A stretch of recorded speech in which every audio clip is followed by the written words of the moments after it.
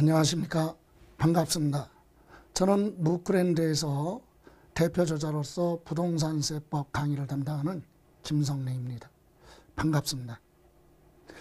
엊그제 시험이 28회인데 벌써 29회 시험을 또 대비해서 첫 강의를 시작하게 됩니다. 잠시 저에 대해서 말씀을 좀 소개해 올리면 저는 공인중개사 시험을 90년 5회부터 강의를 시작을 해서 2017년 28회까지 시험을 준비를 해왔습니다. 그러니까 기간으로 얘기하면 한 30년 가까이 공인중개사 강의를 하고 있습니다.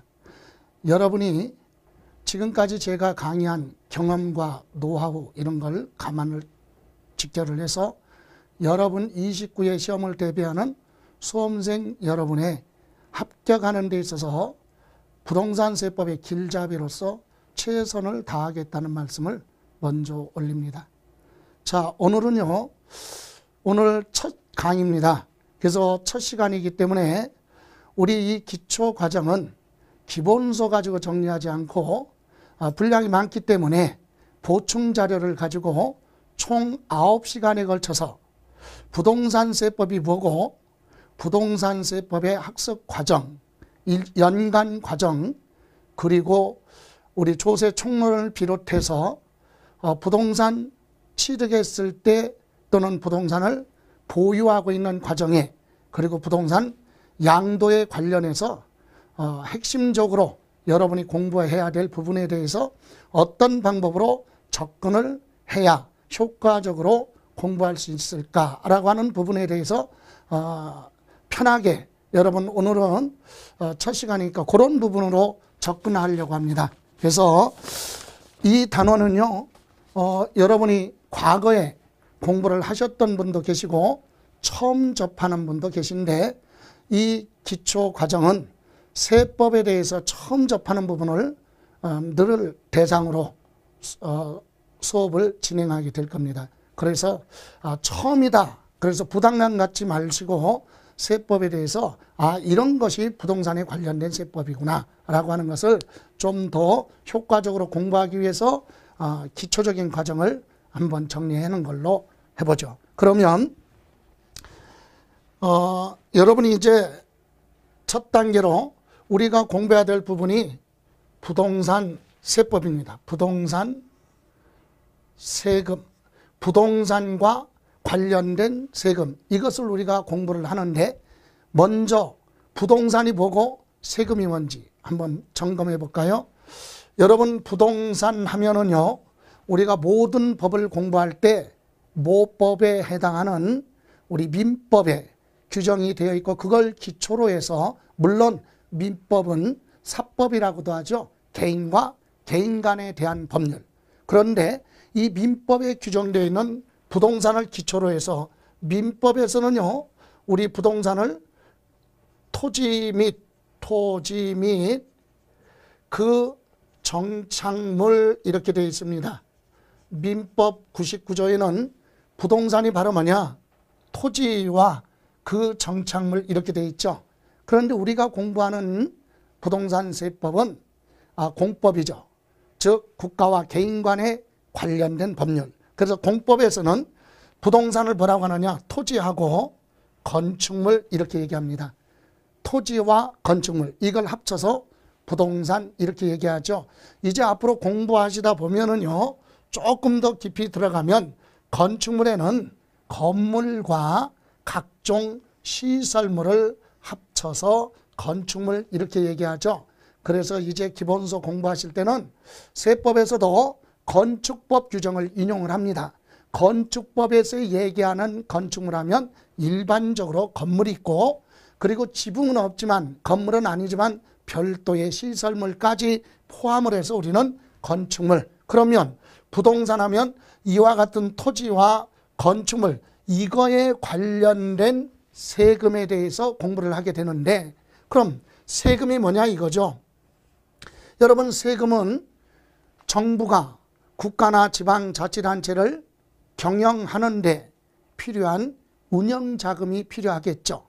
그래서 그 운영에 필요한 재원을 조달할 목적으로 세법이 정한 요건을 충족한 경우 개인이 됐던 법인이 됐던 단체 등에게 개별적 보상하지 않고 반대급부 없이 강제적으로 뺏어가는 게 세금이다. 그래서 강제적으로 징수를 한다. 대한민국 국민뿐만이 아니라요, 어느 나라 국가의 국민들은 즐거운 마음으로 스스로 세금을 내려고 하지는 않죠. 그래서 국가가 만들어 놓은 법률에 의해서 요건을 충족했으면 그 법률에 따라서 세금을 내라. 앞으로 세금을 내라, 이것을 우리는 부과 이렇게 얘기하고, 법률에 따라서 걷어가는 걸 뭐라고 하느냐? 징수, 이렇게 얘기하죠.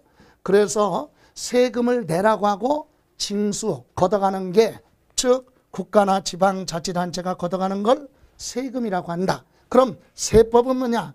이와 같은 국가나 지방자치단체가 세금을 걷어가는 데 있어서 조세권이 남발할 수도 있죠.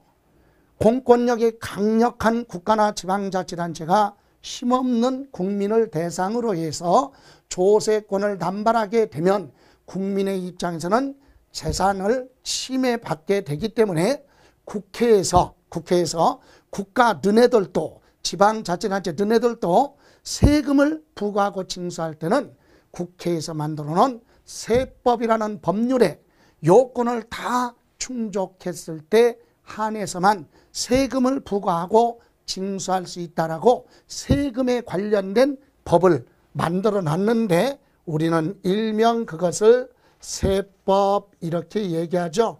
결론은 뭡니까? 부동산에 관련된 세금, 세금에 대한 규정된 세법을 우리가 공부하게 되는데, 부동산에 관련된 세법은 아주 광범위합니다. 부동산을 취득할 때, 살 때 관련된 세금도 있고, 부동산을 가지고 있는 기간에 부과되는 세금도 있고, 부동산을 처분할 때 관련된 세금도 있죠. 그런데 그 부분 중에서 우리가 다 시험에서 물어보는 것은 아니고요. 시험에서 물어볼 수 있는 내용은 이렇게, 부동산 세법은 16문항이 출제가 됩니다. 여러분, 우리 2차 과목에 부동산 공시법하고 세법은 하나를 묶어서 하나의 과목으로 되어 있죠. 물론 공부하실 때는 담당 선생님이 서로 다릅니다. 전공이 다르니까. 그런데 우리 세법은 16문제, 공시법이 24문제 합쳐서 하나의 과목으로 되어 있죠. 그래서 세법 16문제가 출제가 되지만 이 세법하고 공시법 가지고 2차 평균 점수를 내는 데 있어서 전략 과목의 하나가 바로 세법이다, 이렇게 얘기할 수 있고요. 우리 부동산 관련된 세법 중에서 부동산을 취득할 때, 취득해서 또 그에 관련된 등기 등록을 할 때, 먼저 부동산 취득할 때 내는, 취득해서 등기까지 할 때 관련돼서 부과되는 세금 취득세 부분을 공부를 하게 되는데, 이것은 매년 취득세 부분에 세 문제가 출제되고 있죠.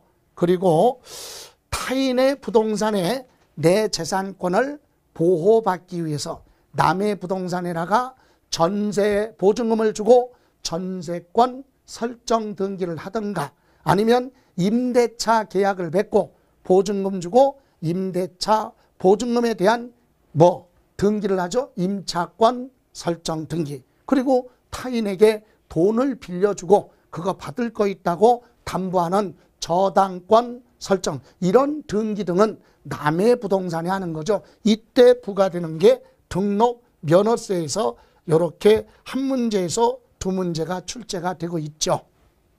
그리고 부동산, 주택이나 상가, 토지, 임야, 이런 부동산을 가지고 있을 때 매년 내는 세금을 우리는 재산세다. 그래서 재산세 부분에 세 문제가 출제가 됩니다. 그리고 우리 부동산 중에서 주택이나 토지를 소유하고 있는데, 그런 부동산 중에서 전국에 있는 부동산을 합쳐서 소유자별로 합산을 해서 일정 금액을 초과할 때 부동산 과다 보유하고 있다 그래서 국가가 종합부동산세를 징수. 이 종합부동산세와 재산세는 부동산을 뭐하고 보유, 소유, 가지고 있는 기간에 발생해서 매년 부과하는 세금이죠. 그래서 종합부동산세에서 한 문제가 출제되고 있고요. 또 부동산을 가지고 있다가 처분하게 됩니다. 팔았다는 얘기죠. 부동산을 처분하게 되는데 이때 처분할 때 양도소득, 부동산 팔아서 생긴 소득에 대해서 6문제가 매번 출제되고 있습니다. 물론 28회 저번에 본 28회 시험에서도 역시 취득세는 3문제가 출제됐고 등록 면허세는 2문제가 출제됐습니다. 그리고 재산세에서 역시 3문제가 출제되고 종합부동산세에서 1문제 출제됐고 소득세에서 6문항이 출제됐습니다. 그러면 16문항인데 이렇게 하다 보니까 한두 문제가 부족한데 그 부분은 바로 뭐냐? 부동산과 관련된 세법의 전체적인 내용을 물어보는 조세 총론 부분이죠. 그래서 총론 부분에서 한 문제에서 2문제가 출제되는데 28회 시험에서는 총론에서 한 문제가 출제됐죠. 이렇게 해서 매번 16문항이 출제가 됩니다. 그런데 저는 이 16문항을 전부 다 만점 맞을 수는 없죠. 여러분 공인중개사 시험을 준비하는데 만점을 맞으려고 굉장히 피곤하다는 얘기예요. 그죠? 예, 그래서 공인중개사 시험은 과락 40점을 비현하고 평균 60에 다다르면 합격증이 부여됩니다. 그래서 합격할 수 있는 점수 거기까지만 무리 없이 여러분이 수업만 참여를 하면 충분히 10개에서 13개까지는 충분히 여러분이 답을 시험에서 맞출 수 있을 정도로 거기에 맞춰서 수업을 진행하도록 하겠습니다. 그래서 부동산세법은 2차 과목에 이렇게 문항수는 적지만 공시법과 더불어서 전략 과목이다. 그래서 여러분이 소홀하게 하면 2차 과목의 평균 점수에 조금 부족해서 시험에서 실패하는 경우가 많이 있습니다. 그러면 이 부동산세법은 연간 과정이 기본서 중심으로 공부하는 기본 과정이 있고 그리고 역시 기본서 2개월 과정으로 해서 순환 과정으로 계속 수업이 진행이 되는데 요 기본 과정과 요 심화 과정은 중급 과정하고 아주 난이도가 높은 심화 과정 이렇게 해서 전부 다 요 부분은 이론 과정으로 형성이 되어 있습니다. 그래서 처음에 기본서 중심으로 기본 강의 끝나고 나면 그거보다 조금 더 난이도가 높게 심도 있게 들어가는 중급 과정 그리고 다른 세금과 비교해서 분석할 수 있는 응용해서 다룰 수 있는 심화 과정 이렇게 해서 이론 과정이 끝나고 나면은요 문제풀이 과정으로 가죠. 문제풀이도 우리는 단원별 문제풀이도 있고 모의고사 형식으로 문제가 있고 예상 문제 이렇게 문제를 여러 각도로 다뤄보는데 앞으로 여러분이 기본서 과정 문제풀이 들어가기 전까지는 오로지 뭘로 기본서 중심으로 공부를 하시고 나중에 문제풀이에 가서는 역시 그때는 문제 중심으로 하는데 공통점이 있다면 여러분 세법은 기본서 중심으로 할 때는 복습하셔야 된다. 이 얘기예요. 복습. 그래서 예습이 필요 없죠. 뭘 알아야 예습을 하죠. 일단은 수업 듣고 그거에 대한 내용을 다시 한번 기본서로 정리를 하시고 이런 식으로 수업을 여러분이 쭉 꾸준하게 들으시면 점수 13개 맞는 데는 무리 없게 맞출 수 있다. 그리고 문제풀이 할 때는 예습이죠. 먼저 풀어보시고 자, 요 부분은 앞으로 또 수업을 진행하면서 수시로 여러분한테 말씀드릴 겁니다.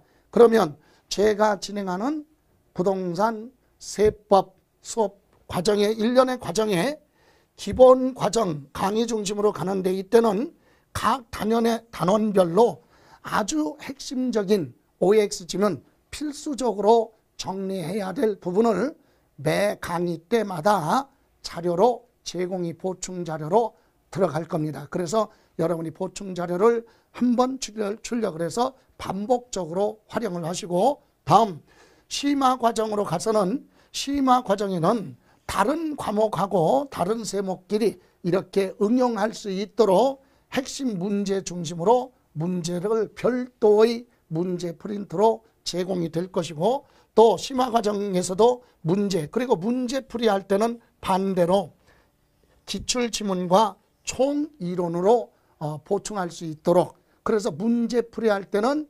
이론을 보충 프린트로 나갈 것이고, 이론 과정에서는 기본 이론은 OX, 심화 과정에서는 단원별 핵심이 되는 문제로 프린트 자료 제공이 될 겁니다. 그거 프린트 자료가 나가면은요, 세법은 세목별로 쭉 모아가지고 반복해서 보시는 거, 그것이 결국은 처음부터 시험 때까지 가서 여러분이 정리해야 될 부분이죠. 자, 그래서 기본 과정, 심화 과정 문제풀이로 이어지고요. 자, 그렇다면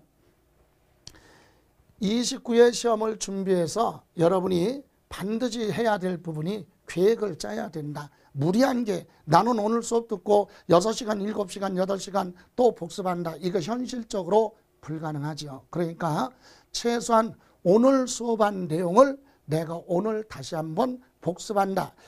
다른 과목 같은 경우는 반드시 이렇게 복습도 중요하지만 우리 세법은 수업 시간만큼이라도 매 정기적으로 하라는 얘기죠. 매일 시간을 짜가지고 예를 들어 일주일에 한 번이든 두 번이든 나름대로 계획을 짜서 수업 시간만 충실하게 해도 점수 맞는데 어려움이 없을 겁니다. 그리고 역시 강의를 듣고 나면 우리가 동영상, 인터넷 이런 부분에 단점이 바로 뭐냐면 강의를 듣고 나면은요 이해가 갑니다. 그런데 본인이 공부했다고 생각해. 아니죠. 그건 들은 거에 불과하죠. 듣고 났으면 시간이 좀 된다면 그 부분에 대해서 복습을 해주는 것이 효과적인데, 복습할 시간이 없다면 기본서 중심으로 수업 시간에 충실해야 된다. 그리고 다음 페이지에서 또 설명드리겠지만 세법은 무작정 공부하는 것이 아니라 공부하는 방법이 있죠. 순서가. 그래서 그 부분이 바로 과세 요건이에요. 아주 중요한 부분이죠.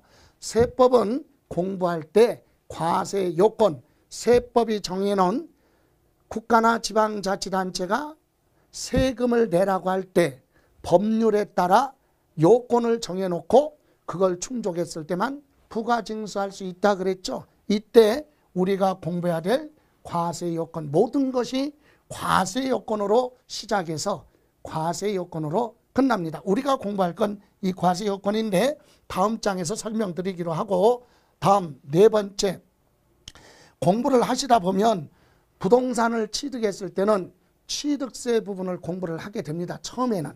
그런데 이것이 취득세로 끝나는 것이 아니라 부동산을 취득했을 때 그 가격 가지고 나중에 그 부동산을 뭐 할 때, 팔았을 때 매매 가격이 얼마냐, 그거와 취득 가격과 매매 가격 가지고 발생하는 차액, 이익이 있으면 그것을 양도소득이다. 그래서 양도소득세로 부과가 되죠. 그리고 재산을 가지고 있으면 재산세로 끝나는 게 아니라 그 재산 중에 일정 금액을 초과할 때는 종합부동산세를 국가가 부과, 이렇게 다른 법률과 세금하고 이어서 연결이 되어 있기 때문에 그것을 응용할 수 있을 정도가 돼야 된다. 시험을 대비해서는. 그리고 다섯 번째, 앞으로 부동산세법은요, 자, 매년 법률이 개정이 됩니다.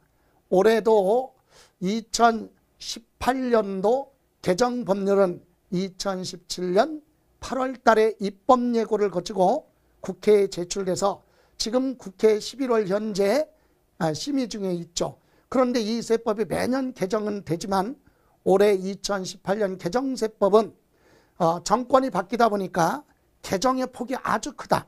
그래서 이미 공부하셨던 분들도 1, 2월 달 과정, 기본 과정 있죠. 기본 과정은 개정된 법률을 반영을 해서 수업이 진행이 되기 때문에 그 부분에 대해서 반드시 정리를 하셔야 되고, 또 과거에 수업을 했었는데 개정된 부분에 대해서 정리가 좀 자료가 없거나 그런 분을 대비해서 별도로 기본 강의 과정에 처음 또는 끝에 올해 개정된 부분만 별도로 강의를 해서 별도로 정리해서 올릴 걸로 이렇게 계획을 잡고 있습니다. 그래서 개정 법률은 시험에서 반드시 언급이 되기 때문에 기본적으로 정리를 해야 된다. 그리고 29회 시험을 보시려면 기출문제 20회서부터 28회까지 기출문제는 반드시 확인을 해야, 여러분 이론 내용을 정리를 하고 있을지라도 알고 있을지라도 문제를, 기출문제 등을 접하지 않으면 접근성이 좀 떨어지고 감각이 떨어집니다. 그래서 이론 정리가 딱 되어 있을 때 문제풀이 하기 전에 기출문제를 한번 다뤄보시면 길이 보인다, 이렇게 알아들을 수 있고 이런 식으로 출제가 되는구나, 실전 감각을 느낄 수가 있을 겁니다. 그래서 기출문제는 나중에 문제풀이 들어갈 때쯤 돼서 기출문제는 한 번 정도 다뤄보셔야 되는 겁니다. 자, 그럼 아까 앞에서 말씀드렸죠. 이제 구체적으로 부동산 세법, 부동산 세법을 공부할 때는 방법이 있다 그랬어요. 세목별 세금마다 과세 요건이 정해져 있는데 이 과세 요건을 이해하고 있어야 돼요. 그러면 자, 예를 들어서요, 취득세를 공부합니다. 부동산 등을 취득했을 때 부과 내라, 이게 취득세인데 부동산만 취득세 과세하는 건 아니죠. 취득세 부분에 여러 물건이 있죠. 뭐 취득했을 때 취득세를 내라고 할 거냐, 세법에 명시되어 있죠. 또 재산세면 재산을 가지고 있을 때 내는 게 재산세인데 어떤 재산을 구체적으로 가지고 있을 때 재산세를 부과할 것이냐, 또 종합부동산세도 부동산을 가지고 있을 때 부과되는 세금인데 부동산 중에서도 구체적으로 어떤 부동산에 얼마만큼 초과했을 때 과세할 거냐, 이것이 법률에 명시되어 있고, 양도소득세도요, 부동산뿐만이 아니라 부동산에 준하는 부동산 취득할 수 있는 권리, 즉 아파트 분양권, 재개발조합의 입주권, 이런 걸 처분했을 때 발생한 소득도 양도소득세가 부과되죠. 그래서 양도소득세는 어떤 재산을 팔아서 생긴 이익이 있느냐, 어떤 거에 대해서 과세할 것이냐, 이것을 우리는 과세 대상이라고 합니다. 그래서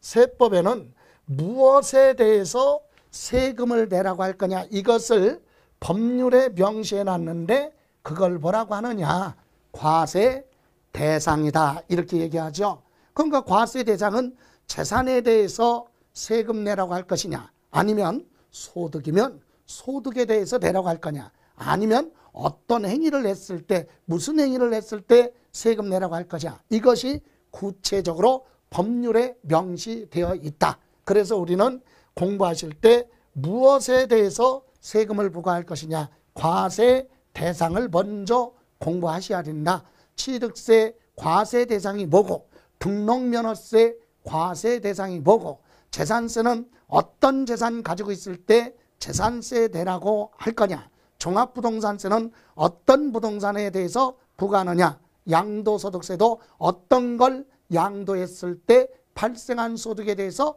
과세할 것이냐, 과세 대상 먼저 정리하시고요. 그 다음에는 두 번째는, 그렇다면 두 번째는 누가 세금을 내야 되느냐, 세법상 법률에 세금 내야 될 의무가 있는 사람, 세금 내야 될 사람을 법률에 명시해 놨는데 그걸 뭐라고 하느냐, 납세 의무자, 이렇게 얘기하죠. 납세 의무자가 누구냐, 당연히 취득세는 취득한 사람이 재산세를 내야 되고, 그죠? 등록면허세는 등기 등록하는 사람이, 재산세는 재산을 가지고 있는 사람 이렇게 단순하게 가는 건 아니죠. 조금 더 심도 있게 법률에는 예외 규정도 있기 때문에 그래서 납세 의무자가 누구냐 요거 공부해야 된다. 그래서 누가 세금을 내야 되느냐 요거 이해하시고 그리고 나서 세 번째는 어떤 금액으로 세금을 계산할 것이냐 이거 알아야 됩니다. 그죠? 이 금액을 우리는 뭐라고 하느냐? 과세 표준이라고 하죠. 각 세금을 계산할 때 어떤 금액으로 할 것이냐. 여러분 기본적으로 우리나라의 세금은 부동산에 관련해서는 기본이 두 가지예요. 당사자 간의 거래로 인해서 취득하는 사고 파는 취득세나 팔았을 때 양도소득세는 실거래 가격으로 계산하는 게 원칙이다. 당사자 간에 실제로 주고받은 가격.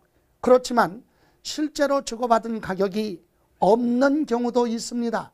예를 들어서 부동산을 상속을 받거나 증여를 받게 되면 공짜로 받은 거기 때문에 가격이 없지 않습니까? 그때는 국가가 정해놓은 가격, 공시가격 이와 같은 가격을 기준으로 할 거냐. 이렇게 금액이 어떤 금액을 기준으로 해서 세금을 계산할 것이냐. 이것을 우리는 과세 표준이라고 하죠. 과세 표준에 대해서 공부하고 그러면 이와 같은 과세 표준이 나오면 이때 각 법률에 정해놓은 퍼센트 이걸 뭐라고 하느냐 몇 퍼센트를 곱할 것이냐 이것이 세율이죠.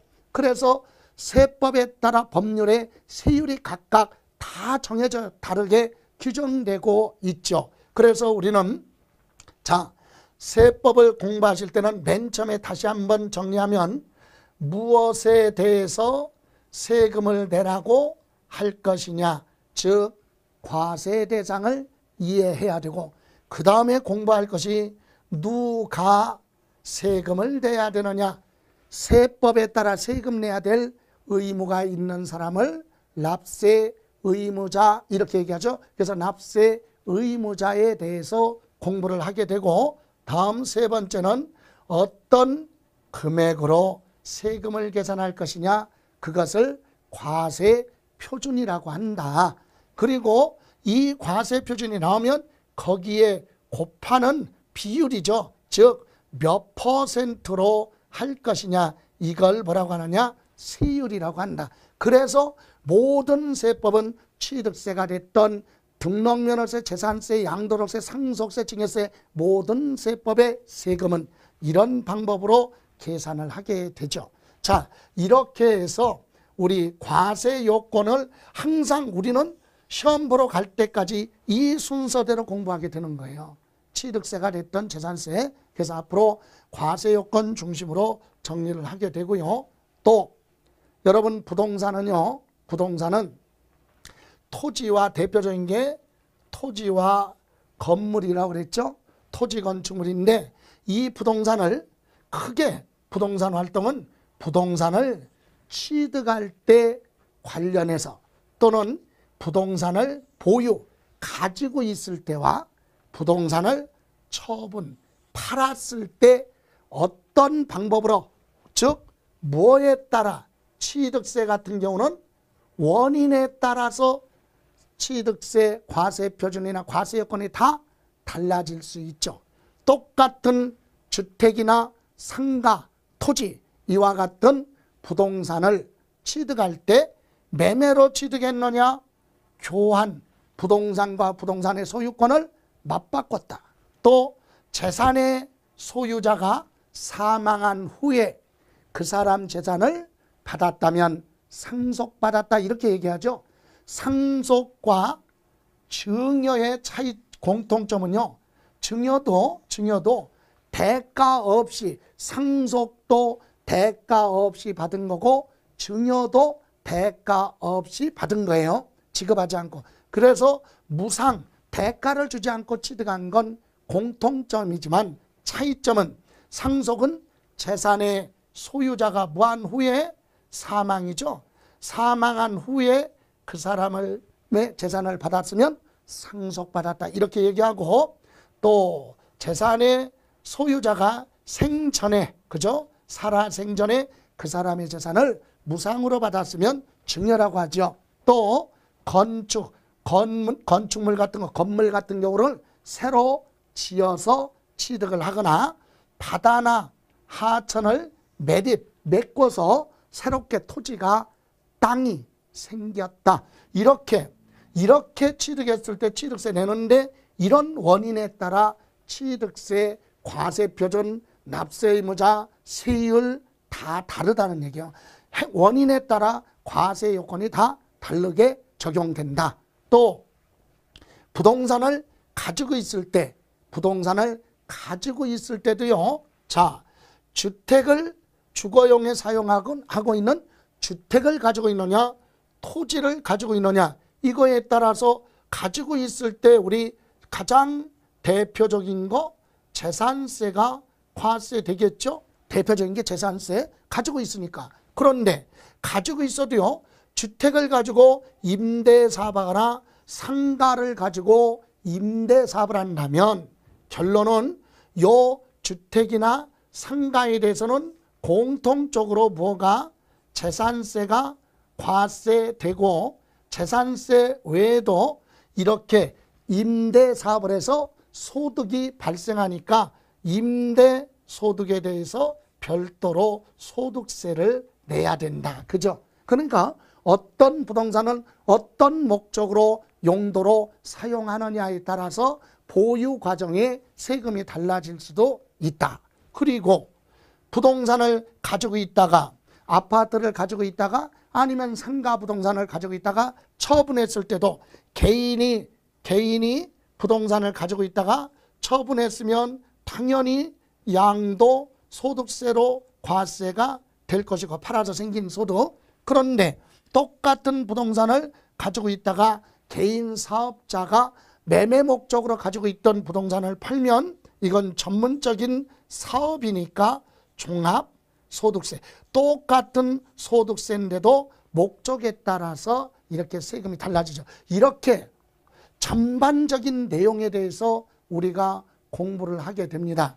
그래서 앞으로 부동산세법은 부동산을 취득했을 때 관련된 세금하고 부동산을 가지고 있을 때 관련된 세금, 그리고 부동산을 팔았을 때 관련된 세금, 이것을 우리는 부동산세법이다. 이래서 이 부분에 대해서 우리가 집중적으로 정리를 하게 될 겁니다. 그렇다면 이제 조금 더 보시면 부동산 취득에 관련된 세금 어떤 것이 있느냐? 예를 들어 아까 이미 개념은 잠깐 설명드렸지만 여기 보실래요? 자, 여러분 부동산에 관련해서 부동산을 이와 같은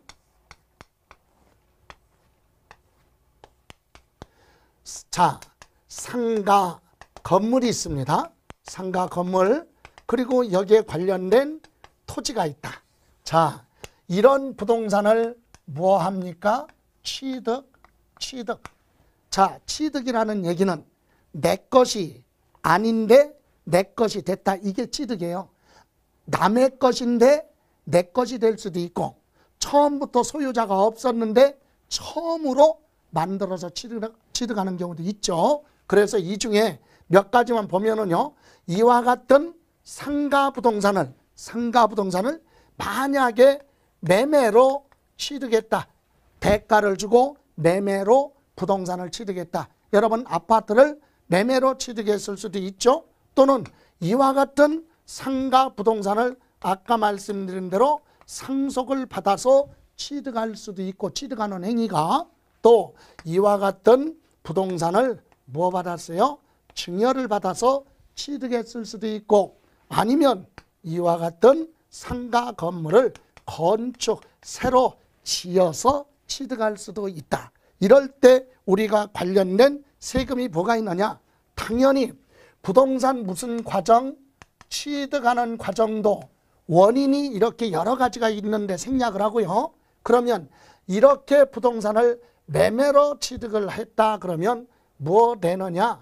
취득세 내야 됩니다.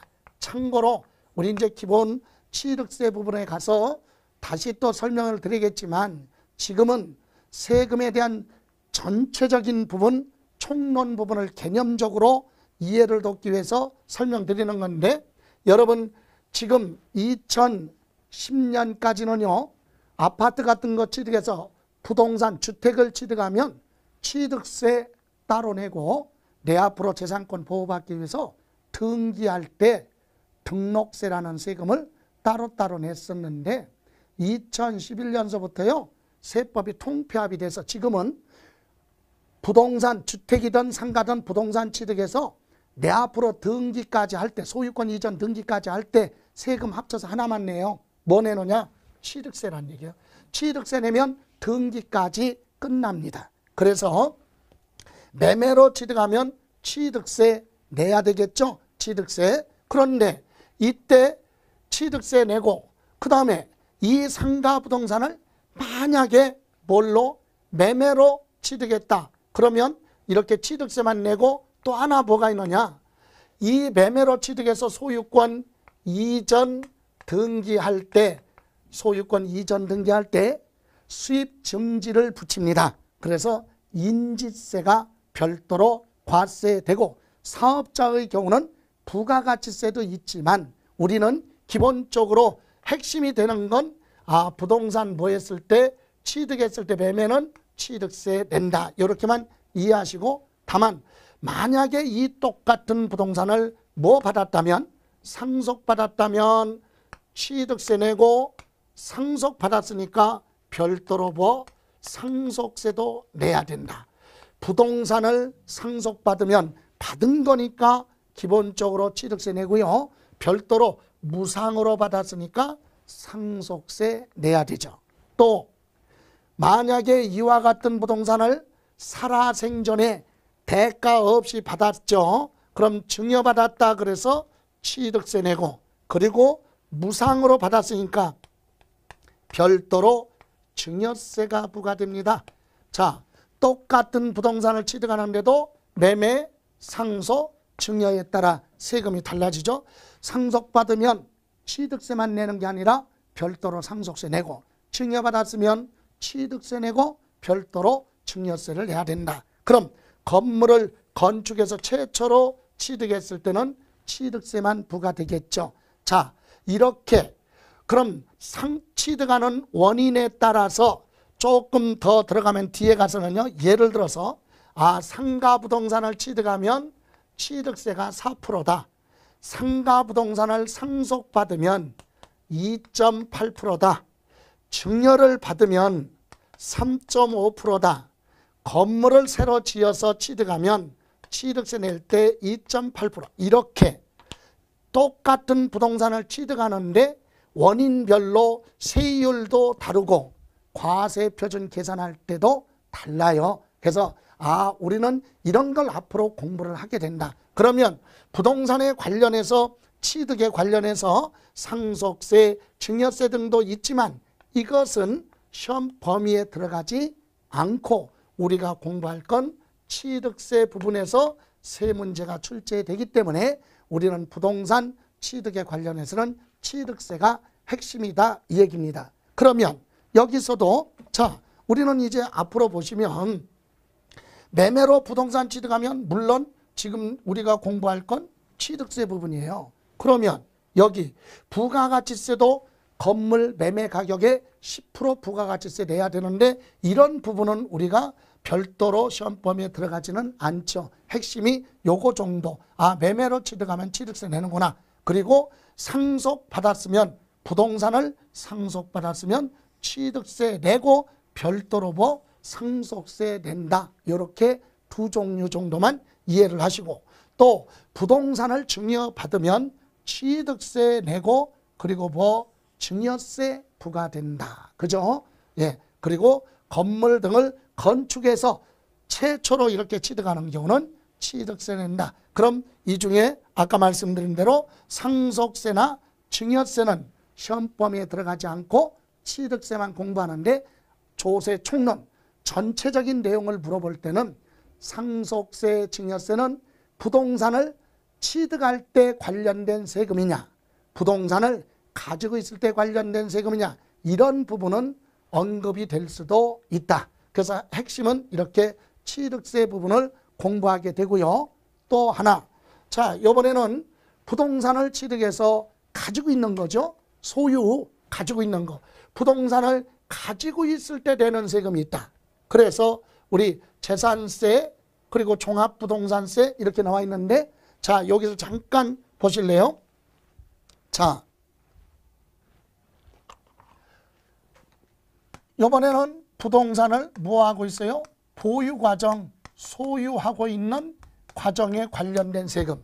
지금 이와 같은 상가 부동산을 취득했을 때 이렇게 부과가 됐었죠. 그런데 이거 취득해서 상속을 받아서 가지고 있던, 증여를 받아서 가지고 있던, 매매로 취득해서 가지고 있던 이와 같은 상가 부동산에 대해서는 매년 건축물 있죠. 요 건물에 대해서 재산세가 과세되고, 그리고 이 토지에 대해서도 매년 재산세가 부과됩니다. 또 이 상가 부동산의 토지 중에 일정 금액을 포함하면 초과하면, 국가가 일정 금액을 초과하는 부동산에 대해서는 종합부동산세를 별도로 과세하죠. 예를 들어서 주택 같은 경우는 전국에 있는 주택을 전부 다 소유자별로 합산하죠. 종합자가 붙었으니까 소유자별로 합산을 해서 6억을, 공시가격학계가 6억을 초과하면 종합부동산세 내라. 또 나대지 같은 토지는 전국에 있는 걸 합산을 해서 5억을 초과하면 종합부동산세 내라. 또는 상가 건물에 관련된 이와 같은 토지의 이 공시가격이 80억을 포함하면 초과하면 종합부동산세 내라. 이렇게 해서 매년 국가가 보유하는 종합부동산세가 있죠. 또는 이 건물에 대해서 화재가 발생을 하면 소방시설을 유지, 관리, 보수하는 데 사용하겠다. 그래서 지역, 자원, 시설세 이와 같은 보유세가 부동산 가지고 있을 때 이거 매년 부과하는데요. 여러분 참고로 재산세, 종합부동산세, 지역자원 이와 같은 세금은요. 1년 중에 하루, 여러분 참고로 이와 같은 재산세나 종합부동산세, 지역자원시설세는 부동산을 가지고 있는 사람한테 부과하는 세금이에요. 그러면 부동산을 가지고 있는 사람 소유자가 이와 같은 세금을 내는데 1년 중에 소유자가 매달 바뀔 수도 있죠. 중간에 가서. 그래서 날짜를 정해놨죠. 이와 같은 보유세는 재산세를 부과할 때 이런 세금을 내라고 하는 기준이 있어요. 1년 중에 6월 1일 기준이죠. 6월 1일 현재 이와 같은 부동산을 소유하고 있는 자가 이와 같은 세금을 내라. 그래서 아무것도 아닌 것 같지만 여러분이 참고로 부동산이 없었던 여러분이 만약에 주택을 취득하는데 6월 1일자로 취득을 했다면 여러분이 올해 보유세를 내야 되는 거예요. 여러분이 납세 의무자가 됩니다. 그렇다면 6월 1일 취득하면 재산세를 내는데 부동산을 6월 2일자로 취득을 했다면 취득한 사람은 올해 재산세 안 내죠. 왜? 6월 1일 소유자가 내니까. 그래서 여러분 부동산을 취득할 때는 6월 1일 지나서 취득을 해야 보유세 부담을 피해갈 수 있다. 보유세만 생각한다면. 그럼 반대로 여러분이 부동산을 가지고 있는데, 주택을 가지고 있는데 팔아야 되겠다. 그런데 6월 1일까지 5월 말이나 6월 1일까지 여러분이 부동산 주택을 팔면 여러분은 올해 재산세 부담 안 합니다. 왜? 6월 1일 날 취득한 자가 내야 되니까. 그래서 부동산을 취득할 때는 취득하는 사람의 입장에서는 6월 1일 지나서 취득하는 게 보유세 부담을 피해갈 수 있고, 처분하는 사람은 늦어도 6월 1일까지는 뭐를 하라? 처분을 하라. 그렇다면 보유세는 취득한 사람이 부과되죠. 이렇게 6월 1일 기준으로 매년 부과하는 이와 같은 보유세가 있죠. 그리고 이와 같은 부동산을 상가 부동산이니까 뭐가 있습니까? 임대소득이 있죠. 임대소득에 대해서는 뭐 내야 된다? 소득세를 내야 된다. 이것이 기본이에요. 물론 임대사업자는 부가가치세 같은 것도 있지만 그런 부분은 생략을 하고 지금 우리가 여기서 부동산 보유 과정에 관련해서 공부해야 될 부분은 재산세가 세 문제가 출제되고 종합부동산세 한 문제 그리고 임대소득에서 한 문제가 출제될 수 있다. 그래서 보유 과정에는 재산세, 종합부동산세, 임대소득에 대한 소득세 이 부분을 우리가 앞으로 집중적으로 공부를 하게 될 겁니다. 다음, 그래서 다시 한번 정리를 해보면 이 얘기죠. 자, 부동산 가지고 있을 때 주택을 가지고 있으면 주거용에 사용하고 있으니까 주택에 대한 재산세 내고 이 주택의 공시가격이 전국에 있는 주택을 소유자별로 합산해서 6억을 초과하면 초과할 때는 종합부동산세도 부과될 수 있다. 그러면 6억을 초과하지 않으면 재산세만 부담하고 6억을 공시가격 6억을 초과하면 그때는 6억을 초과하는 부분에 대해서는 국가가 종합부동산세 부과합니다. 또 만약에 주택을 가지고 있는데 요건 무슨 사업을 하고 있다? 임대사업을 하고 있다면 임대사업을 하더라도 기본적으로 보내고 재산세 내야 됩니다. 그러나 임대사업하는 주택은 사업하는 거기 때문에 투기 목적이 아니죠. 그래서 종합부동산세는 부과되지 않습니다. 다만 이 주택 임대소득으로 인해서 발생하는 소득이 있으면 임대소득에 대해서는 종합소득세를 내야 되겠죠. 이렇게 똑같은 주택인데 주거용에 사용하느냐 임대사업하느냐에 따라 보유세가 달라진다. 또 상가 부동산을 가지고 있다. 그럼 당연히 상가 건물과 토지에 대해서 재산세가 부과되고요. 이 토지분에 대해서는 일정 금액을 초과하면 종합부동산세가 부과될 수도 있죠. 그리고 임대사업을 하면 뭐 임대소득에 대한 소득세.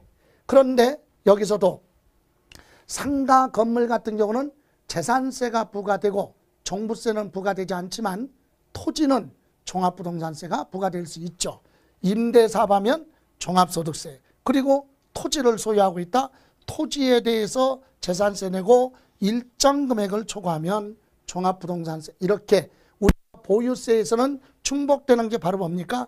재산세 요 부분하고 종합부동산세 한 문제가 나오기 때문에 요 부분. 그리고 종합소득 하면 요거는 임대소득이죠. 임대소득.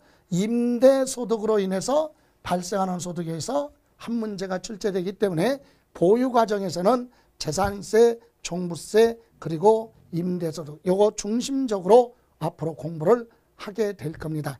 이렇게 부가가치세나 이와 같은 부분은 차후에 뒤에 가서 또 기본서 가지고 수업을 할 때 자세하게 설명드리고 지금은 개념 정도만 보시는 걸로. 자, 이번에는 또요. 자, 부동산을 처분했을 때 관련된 소득이죠. 부동산을 가지고 있다 팔았어요. 팔았어도 발생하는 소득이 있으면 세금 내야 된다. 여러분 참고로 부동산을 팔아서 생긴 소득이라는 게 뭐예요? 매매 차익이에요. 얼마에 사서 얼마에 팔았느냐. 그래서 생긴 이익이 있을 때 그걸 우리는 소득이다. 그래서 과세를 합니다. 그럼 부동산을 10억에 취득해서 급매물로 9억에 처분했다. 그렇다면 손실이 발생했기 때문에 소득이 없죠. 그래서 세금은 부과되지 않죠. 그래서 부동산을 가지고 있다 처분할 때 누가 어떤 목적의 부동산을 처분했느냐에 따라서 달라지는데 개인이 주택을 팔았어요. 그래서 발생한 뭐가 있으면 매매 차익이죠. 매매 차익. 그러면 이와 같은 매매 차익은요. 이걸 우리는 뭐라고 하느냐?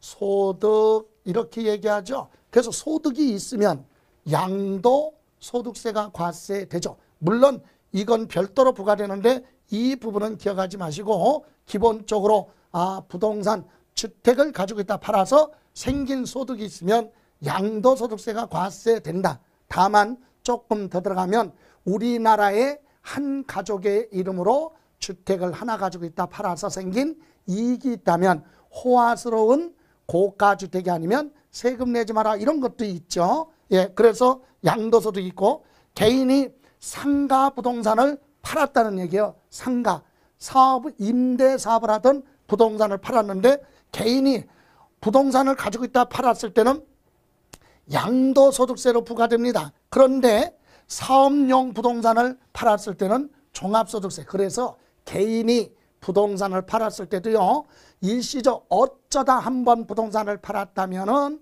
양도소득세로 부과가 될 것이고, 부동산을 사고 팔고 여러 번 하면 사업이니까 종합소득세. 이렇게 아주 소득세 부분은 복잡하죠. 그래서 부동산 처분할 때 관련된 부분의 핵심은 우리가 양도소득세에서 5문제에서 많게는 6문제까지도 출제가 된다. 이렇게 해서 부동산 취득, 보유, 양도에 관련해서 앞으로 공부할 부분만 한번 점검을 해봤습니다. 지금은 우리가 이번 시간은 이런 식으로 이런 부분에 대해서 공부를 한다. 개념 정도를 한번 알아보려고 한 거고, 뭐 여러분이 심도 있게 정리하거나 그럴 필요는 없습니다. 자, 이번 시간은 여기까지 정리를 하고요. 다음 시간은 우리 기본서 중심으로 구체적으로 시험에서 물어볼 수 있는 부분을 몇 가지 점검해 보는 걸로 하겠습니다. 자, 고생하셨습니다.